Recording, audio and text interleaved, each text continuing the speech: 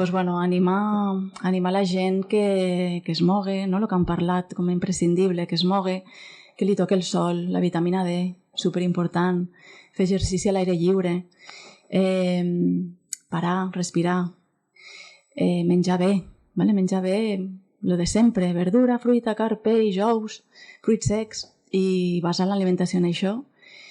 I bueno, pues parar, respirar i observar-te, no? Com estàs, com te sents, si hi ha alguna cosa que millorar, si necessites ajuda, si... no sé.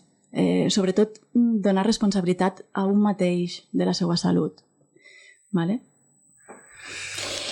Pues jo volia llegir un poema. Endavant. Un poema de Idea Baliño que dice: todo es muy simple.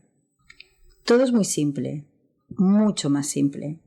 Y sin embargo, aún así hay momentos en que es demasiado para mí, en que no entiendo.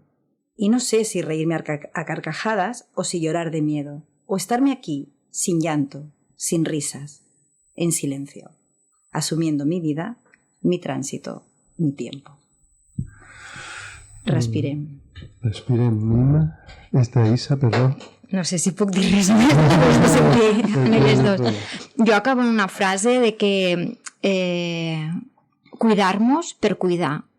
Si diem que tenim una societat malalta, hem d'intentar individualment cuidar-nos, no? Per a cuidar.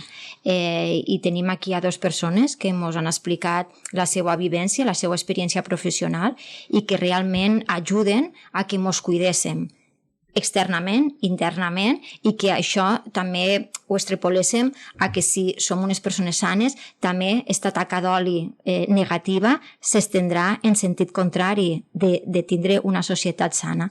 Per tant, és això, cuidem-nos per cuidar. Com aquest és un programa dedicat a les reivindicacions socials, jo vull portar... ara estem en un programa, comptava el 88, és el debat 43 pel programa 88, perquè n'hem fet altres que no són debats, que són entrevistes. I aleshores recordar el primer programa. El primer programa va estar dedicat a la salut en general, i Maria Àngels Castells, que va ser una de les convidades, que és una de les fundadores d'Empeus per la Salut Pública, deia una frase que es va quedar a tots els que estàvem fent el programa bastant gravada, que deia: la salut és lluita. O sigui, no és només...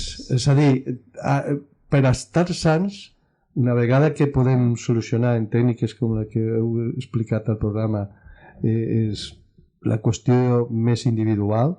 Després hem de aprofitar aquesta treva per a veure d'on ve el problema i també per col·laborar a solucionar-ho a nivell social, perquè moltes vegades ve d'ahir la font del problema.